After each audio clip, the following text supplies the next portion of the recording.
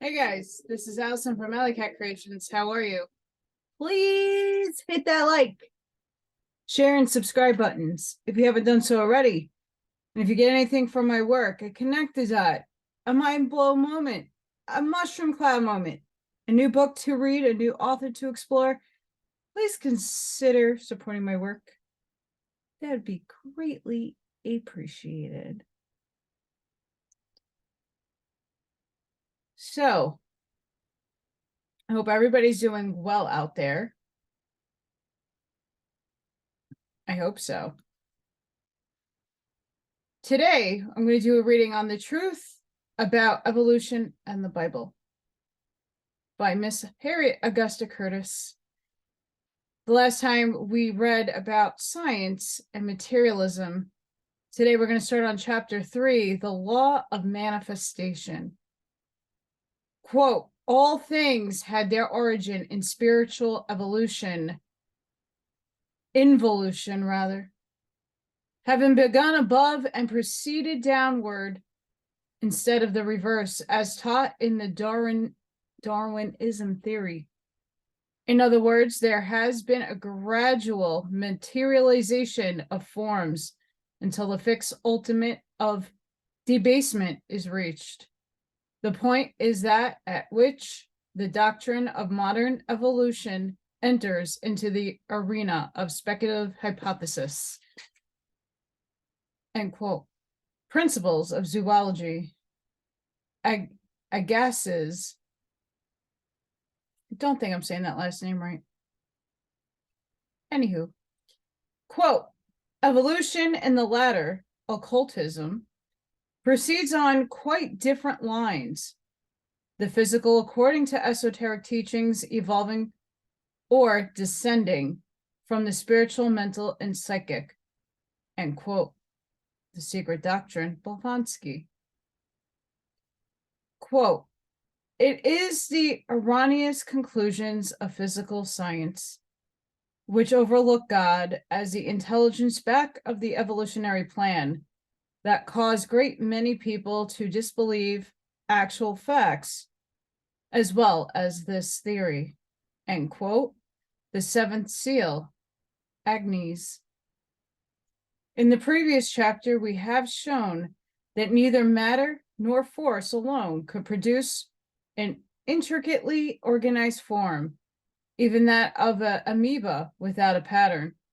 But where does the pattern come from?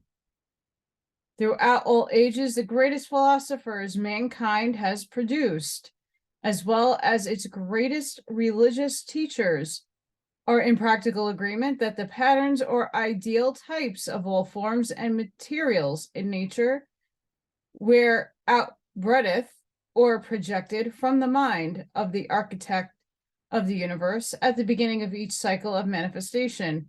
As these ideal types descended through the various invisible worlds into physical manifestation, they successfully became mental and then ethereal or astral patterns before they became physical, embodied, or materialized.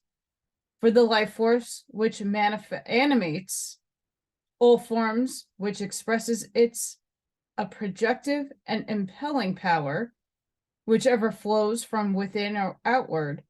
In other words, the law of manifestation is that all manifestation proceeds from the invisible to the visible, from within outward, from the invisible pattern to its materialized expression in matter. The proof of correctness of this axiom is seen about us on every hand in nature.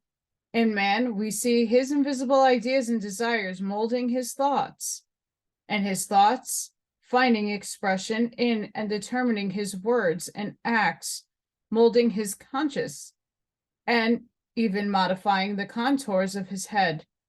Gladstone is said to have increased the size of his hat 3 times. Everywhere we see the inner pattern or idea molding the outer manifestation, the invisible pattern gradually materialized by the synthesizing, cohesive, and projective power of the life force. Once the life force pouring through the pattern is withdrawn, the physical form disintegrates into component parts for the cohesive centripetal force which held them together is no longer present. Why does a plant or animal stop growing in size when it has reached maturity? Why does an acorn grow into an oak tree and never into any kind of tree? Why does every seed in the vegetable world and every germ in the animal world reproduce its own kind? The tiniest pathogenic germ is its own disease, and no other. Cut open an acorn and no tiny physical pattern of the future oak can be found, not even by the highest powered microscope. Yet it is evident that there must be a pattern, a particular pattern belonging to the species, and specific pattern belonging to that individual tree. The fact that there is no pattern to be seen in the seed plainly shows that the seed is merely a focal point in matter through which the life force can flow into the earth, and it, by its synthesizing power, pick out from the earth the materials necessary to be built into the meshes of the invisible pattern to materialize that particular form. It selects not only the materials in general, but the particular chemicals needed to materialize that particular pattern and give it specific properties, whether food, medicine, poison, etc. For this reason, we see some plants or trees absorbing certain substances from the soil and other plants and trees growing side by side, with them absorbing other substances from the same soil according to the nature of the pattern and properties to be materialized. The practical application of this law of materialization through selective affinity is already utilized by the progressive farmer in his rotation of crops, or his soil would quickly become exhausted of certain materials by the repeated planting of one particular crop. According to one Hebrew authority, this superphysical or mental creation of archetypal forms is expressively stated to be the basis of all manifestation. In the first verse of Genesis, instead of the conventional translation of, quote, in the beginning, God created the heavens and the earth, end quote, the true meaning of the Hebrew word is, quote, within his spiritual consciousness, God chose and prepared for and decided to put the heavens and the earth into manifestation, end quote. The Hebrew phrase, Berashish, now translated in the beginning, has no relation to time or the beginning of time, but means the active power or principle within, hence mind or consciousness, while the word bara, translated as created, really means prepared of movement towards form, hence preparation for manifestation in form. But the materialization of the invisible pattern is not a mere mechanical process. Evolution clearly shows that forms are continually modified by some causative factor, which tends towards a predetermined end, the perfection of the species. Wherever we see a manifestation of life, there will also see a manifestation of consciousness. In the kingdom below man, it is not human consciousness or self-consciousness, but nevertheless consciousness of a certain grade upon its own plane. This is so well recognized that it has led to the formulation of axiom, no life without consciousness, no consciousness without life. Even the invisible microscopic animalculate in a drop of stagnant water have been shown to possess all the fundamental characteristics which are accepted as tests of consciousness in the higher forms, namely irritably, choice, volition, will. An excellent example of the conscious activity of cells is seen in the uriniferous tubules of the kidney. Here, one type of cell is followed by an entirely different type within the same tubule.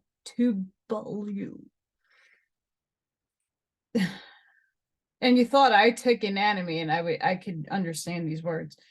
The tall columnar cells select from this bloodstream only the solid waste that must be thrown out of the body, while the low, flat ethereal cells lying next to them in the same tubule excrete only the liquid waste. This is not a mere matter of osmosis or fluid soaking through an animal membrane until the specific gravity of the fluids on the two sides of the membrane is equalized. For if it were, all the fluids of the blood would be drained away like water through a sponge. That which appears as urine on the excreting side of the cells is not urine simply transferred from the blood to the excreting duct, but there is no urine in the blood, only the materials from which it can be manufactured. Nor is this process a mere matter of chemotaxis or mechanical chemical affinity, for in each case, the two kinds of cells selected from the common bloodstream, which bathes them both, certain specific substances, which they alone can handle.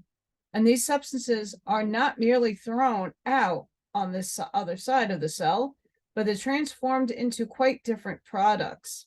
These new products are thrown out of the cell, not back again into the bloodstream, once their materials were extracted, but are pushed out on the other side of the cell into the otherwise empty uriniferous ducts, where there is neither chemical affinity, chemotaxis, nor negative osmotic pressure to attract them. Gotta love these words. It is true that complicated chemical reactions do take place during this process, but they are not the result of mere proximity or proclinity of chemical substances. They are the result of A, the conscious selection by the cell of certain specific substances from the blood, B, their transformation into quite other substances by the specific activity of the cell's protoplasm, and C, their intellect and purposeful excretion into the one and only channel whereby they can be thrown out of the body, not only from the preservation of the health of the cells performing this service, but the preservation of the health of the entire organism. If the underlying normal chemistry of the body, the alkacies of all the body fluids except for and tissues, is upset by an excess of acid-forming foods, deficient oxidation, exercise, and deficient excretion, the functioning of all the cells, tissues, and organs is lessened and often perverted. The excess acid depletes the tissues of their calcium salts, which make the nerves and tissues electrically conductive, and in its place is taken by the electrically non-conductive magnesium salts. The calcium depletion and magnesium infiltration naturally loads up the cell protoplasm with inert material, which obstructs the flow of the nerve currents, electric, thermic, mechanic, chemic, and psychic, conscious and subconscious. And the tissues thus deprived of their normal nerve stimulus are depleted in vitality and their functions both diminished and often perverted. For the acid excess diminishes the electrical conductivity, retards oxidation and the elimination of waste products, and thus cause various retrograde changes, chronic inflammation, atrophy, hypertrophy, fibrosis, and other degenerative changes in the cells, among other things, producing cytokines or cell poisons, which definitely interfere with the functions of the cells themselves and all the other function and structures depending upon the products of the cell activities. This is especially true of the nervous system and the endocrine and other glands. It is well known in progressive medical circles that the acidosis, with its concomitant calcium depletion and magnesium infiltration, it is the great chemical factor underlying the body's condition, upon which the great majority of all diseases, both acute and chronic infections, neuritis, sciatica, arteriosclerosis, arthritis, nephritis. Again, this is a very old book, by the way. Engraft themselves for the cells short-circuited from the normal stimuli, loaded with obstructive material and depleted in vitality. They become as easy prey to all kinds of germs and other invasions. But the chemical condition is not an argument against the consciousness and selective and purpose action of the cells. It is simply their reaction to the abnormal conditions of the body fluids, blood, lymph, and chyle, never heard of that, whose integrity depends upon their alkalines, upon which they must depend entirely for all their materials. And when their vitality is impaired by the calcium depletion and magnesium infiltration, they cannot manifest a normal resistance to disease, which we call immunity. The above shows that while man's consciousness must be responsible for the treatment he gives to the body as a whole and the accomplishment of the mission for which he is incarnated in the flesh, every cell and every organ has a consciousness of its own, adapted to work and be competent to carry out its destined part in the law of manifestation, and intelligently adapt itself to the varying conditions imposed upon it. Professor Jardis C. Bose of the University of Calcutta, in his years of experimentation with plants, has conclusively shown that every plant has not only a quality of consciousness of their own, bingo, people who are vegan, but also sensation, that they suffer from injury and respond to stimulus just as do animals. Pause. So, all my vegetarian, vegan people that, listen, I don't care. I love you guys no matter what. Is telling you, just because you're picking up a carrot out of the ground, it still has feelings. Soul evolution is a cycle of life. Everybody soul contracted to those things. They can be poisoned by the same poisonous that affects animals and can be revived by the same antidotes. Even fading cut flowers in a vase can be revived and made to last longer by the addition of simple stimulants such as aspirin. We therefore, in all cases, see that back in the invisible pattern, there is a life force and a consciousness and intelligence and infinite power to move continually onward and upward, that is ever working toward the perfection of the form through which it finds expression. Man can work with and to a degree guide this lesser intelligence into various ways, such as crossbreeding, the prolonged use of the X-rays through artificial fertilization, mechanical, chemical, electrical, which modify and often greatly accelerate the perfection of the form, just as an undeveloped man can be improved and assisted towards perfection through education. But in both cases, the control of the process is only within certain well-recognized limits. It has been shown that no amount of uplift, education, or opportunity can develop a new race of men of initiative, creative intelligence, resourcefulness, and self-command out of the stupid and ineffective who have been told what to do and how to do it. This is the eugenic and biological contention against which environmentalists of the Centennial School vainly declaim. The facts are against them. The continual modification of form toward perfection and from lower and simpler forms to higher and more complex forms, science rightly calls evolution, for it is evolving or unfolding outward of that which has already been involved, involution, within the invisible pattern. The embryo, for instance, is a huge congeries of intricacy, interdependent tissues, organs, and functions. Biologists are only beginning to ask how the differing activities and needs of these various tissues and organs are related. Their freedom of function, protected, and maneuvers time and synchronized in perfect harmony. All work together for the best good, not only of each cell, tissue, and organ, but for the best good of that larger unit of which they are but parts.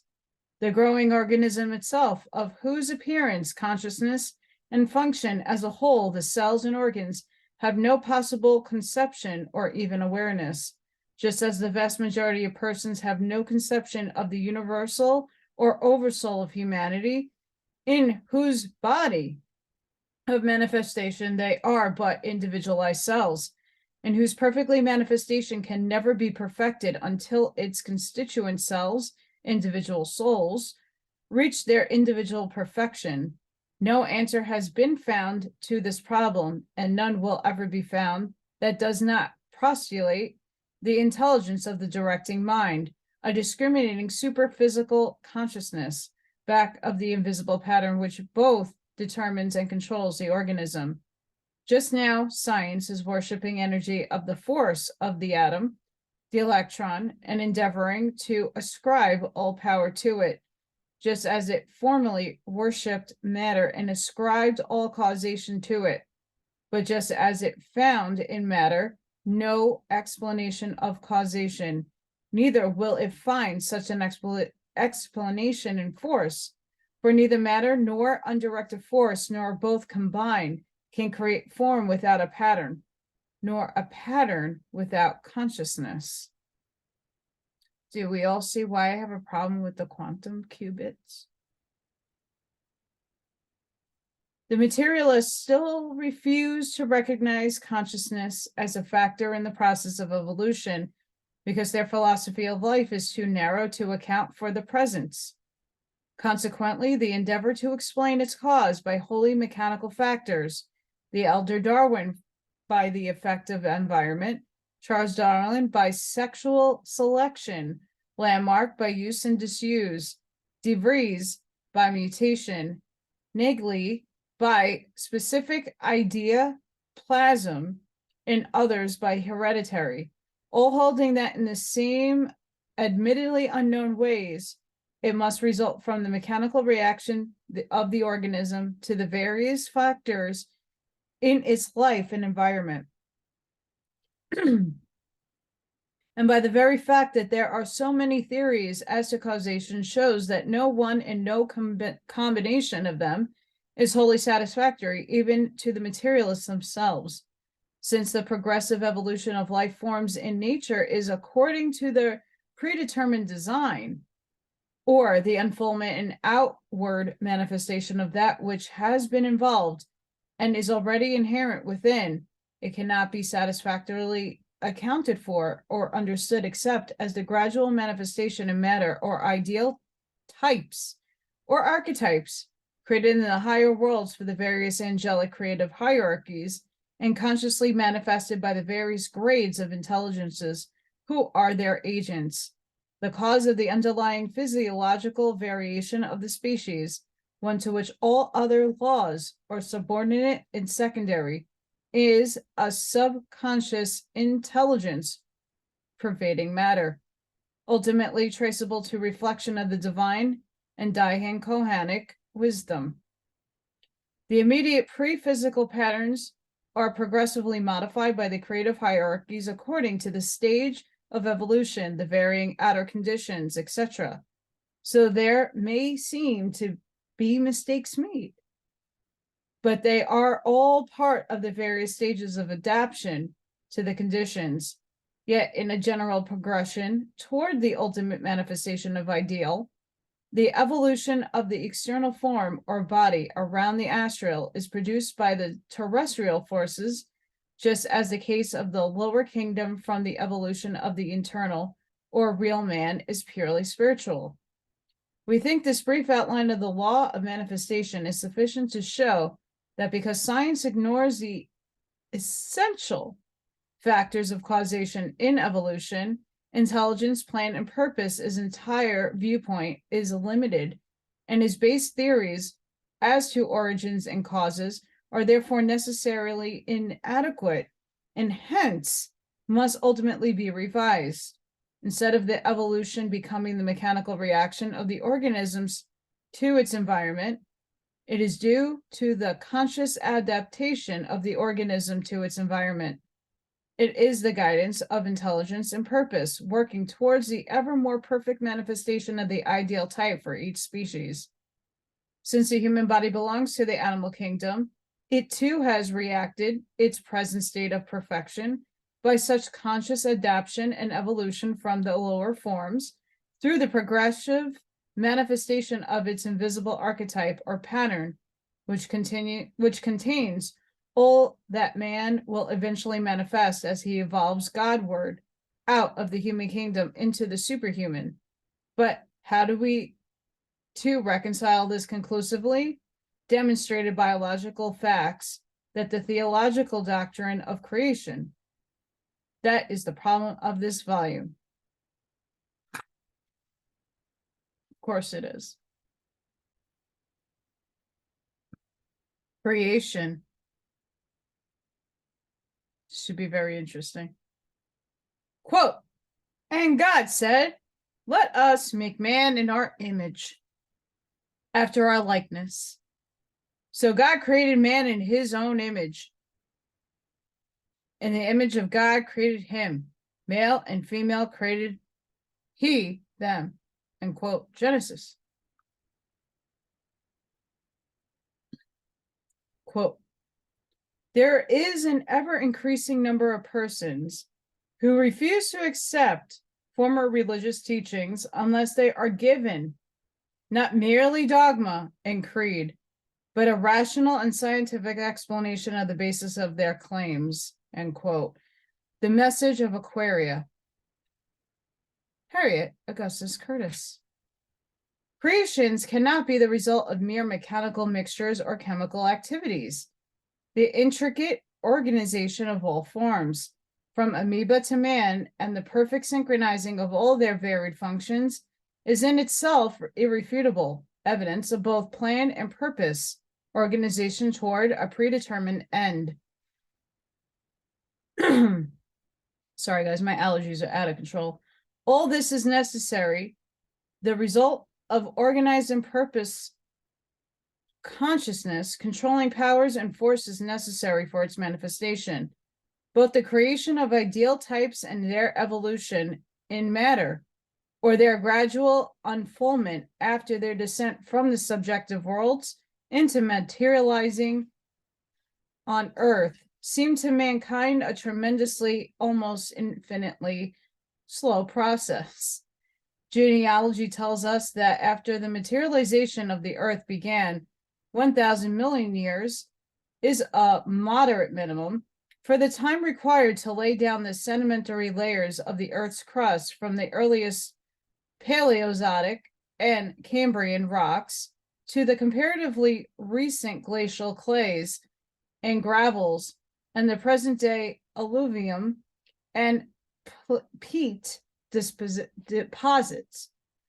Professor John Walter Gregory of Glasgow has estimated the age of the Earth 8 million years.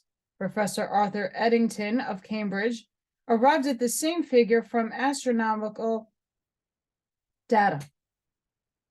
Lord Rayleigh arrived to the same figure from still other data, and Professor A.W. Bickerson of London and James Hopewood Janes, Secretary of the Royal Astronomical Society of London, considered the Earth much older. We really don't know, do we? If we could stratify and examine the sea in the same way, we would find that it has also had passed through corresponding changes from the ages in which it was largely composed of carbic acid down to the present day salty sea water, and within its depths we would find many prehistoric forms of life. In fact, the more we search the earth and the sea, the more we study the awesome changes, the mightily upheavals,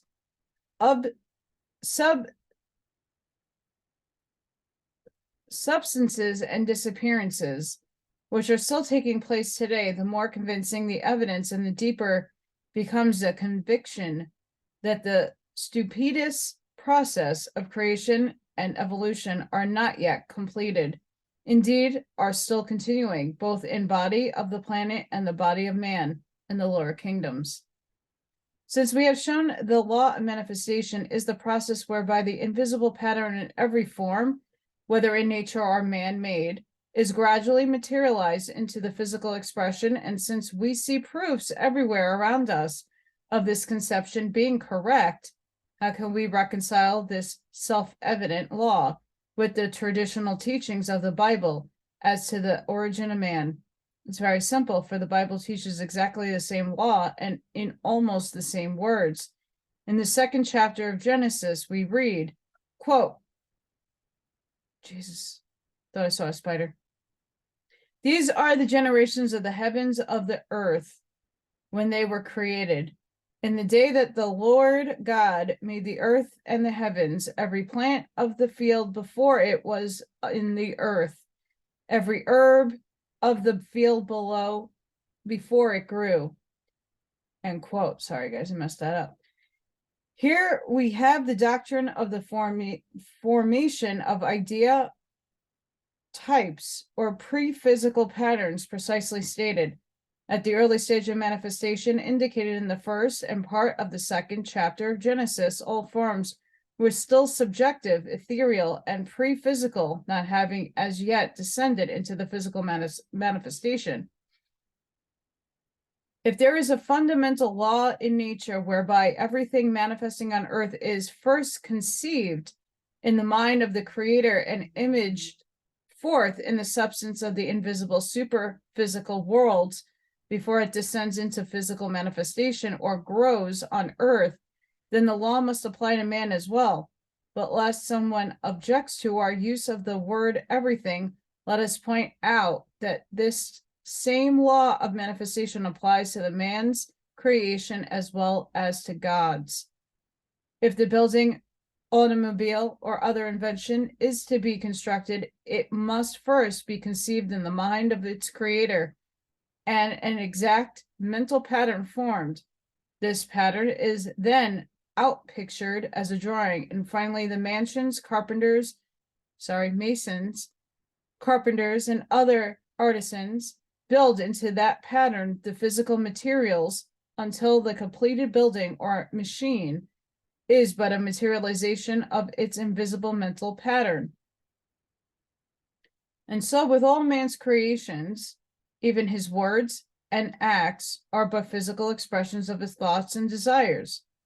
They are outward expressions of the invisible patterns, which in their turn are but concrete mental form through which their ideas find expression. In the 1st chapter of Genesis, we read, quote, and God said, let us make men in our image, after our likeness. So God created man in his image. In the image of God created him. Male and female created he them. End quote. Here we have the statement that is the backbone of the fundamentalists' claims, and they are quite right to cling to it as correct. But is this statement made concerning the physical body or man? Is it created in the image of God? No thinking person can be so foolish as to maintain that it is our imperfect and still evolving physical bodies that were created in the image of God. Certainly not. This refers to the formulation of the ideal type of man in the mind of God. The formation of the physical body is not referred to until the 2nd chapter and is entirely different thing. His body is but the outer building, which ultimately results from the materialization of the inner idea, the idea type, plan, or pattern. The Adam of the first chapter, is an entirely different being from the Adam of the 2nd chapter. This first Adam is the ideal or spiritual man, the inner or higher self, the divine androgyny. This is purely spiritual being and usually the one generally, although loosely referred to as the soul of man. The spiritual man has not to do as yet with the physical manifestation or with matter. In fact, no spiritual being, force, or consciousness nor even a mental or thought form or thought force can manifest in any world except through a suitable form, body, or mechanism composed of the substance of the world in which it is to manifest, of spiritual substance in the spiritual world, mental substance in the mental world, astral substance in the astral world, physical substance in the physical world. It is only this spiritual man, created in the spiritual world, that is truly the Son of God, since he created in his image and after his likeness, an individualized emanation of his consciousness and substance, the very image of God. According to the Hebrew scholar, who has devoted many years' study to the root meanings of the Hebrew words used in Genesis, the word Adam is an Egyptian mystery word brought into the Hebrew language by Moses, who was learned in all the mysteries of the Egyptian priests. Primarily, the word Adam is composed of three roots, the first meaning power within, the second similarity, and the third tendency to assimilate. Therefore, thus, giving of activity to man by God includes 1, God's giving to Adam's a secret power within, similar to the power of God. 2, God's capacity of being assimilated by Adam. And 3, Adam capacity to assimilate actively in the similarity of God. This man has, first, absolute rule and dominion in assimilating God in the likeness of God, manifesting as God. Second, man has absolute rule and dominion over all process of creation, each producing its own kind in his soul in accord with the creative impulse from the spiritual man existing within itself. Third, man has completed an absolute power in using the activity given him, and this activity is like unto the actions of God. Fourth, man is in complete control and dominion of the growth of soul manifestation. The Samaritan version, the oldest and most reliable use of a synonym after the word Adam, the synonym means universal or general. Consequently, Adam is a universal man, the infinite man. So far as the English is concerned, the best translation of Adam is mankind. The spiritual man, therefore, has inherently within him not only the potencies, but the actual emanations of all the God power of potencies, the God consciousness, the God wisdom, the God love, the God compassion, and the God power of creativeness, is in very truth one with the Father, full of grace and truth. He is inseparable from the Father or universal spirit, as the sunbeam is from the sun. The sunbeam is not the sun, but it is of the sun, and emanating, containing all the potencies and powers of the sun.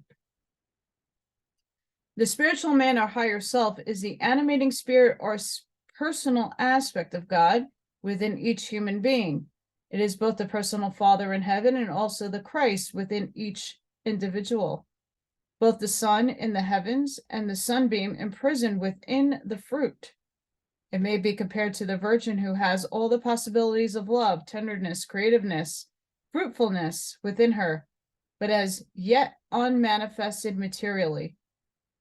When the spiritual man is all-knowing, all-loving, all-powerful, and perfect, where dwelling with the Father in the spiritual world, he has not fulfilled his destiny until he has manifested in all his God powers in all the worlds of manifestation, even the lowest of densest, this physical world. But to do this, he must have a vehicle for such manifestation, a body composed of the substance of the world in which he is to manifest. How does he get such a body? This is explained in the 2nd chapter of Genesis. And the Lord God formed man of the dust of the ground, and the breath into his nostrils, the breath of life, and man became a living soul. End quote. Apparently, the 1st and 2nd chapters are in flat contradiction. The first represents the teachings of the Ephraimite I'm not going to say that word right, or the Elohist school of writers, often called the late priestly narrative, written between 450 and 400 BC. The second chapter represents the Judean or Yahwish, the Jehovah's school, often called the early Judean prophetic. The second narrative was written several hundred years earlier, about 825 BC, than the first, and certainly over 3,000 years after the events were supposed to take place. In the first chapter, the lower kingdoms are represented as being created first and in their proper evolutionary order, and man is created last. In the second chapter, the order is reversed, and man is represented as being created first, and then the lower kingdoms. In the first chapter, man is represented as a created dual, male and female, created he, them, while the second chapter, Adam alone is formed, and later on Eve. This is a statement whose misunderstanding has caused a great deal of controversy. Apparently, this is a flat contradiction to the statement made in the first chapter. The first states that man was created a spiritual being in the image and likeness of God, while the second states that he was composed of matter, formed of the dust of the ground. Can both these contradictory statements be true? If not, which are we to believe? We are to believe both, for both are true, but they are referred to entirely different things. The first to the real or spiritual man, and the second to the physical man or body, which is absolutely essential for the spirit's manifestation in material conditions. This thus concludes the 2 chapters. I'm going to try to keep these as long as I can go, but then we wouldn't have a series. So I hope you guys enjoyed. Please like, share, and subscribe.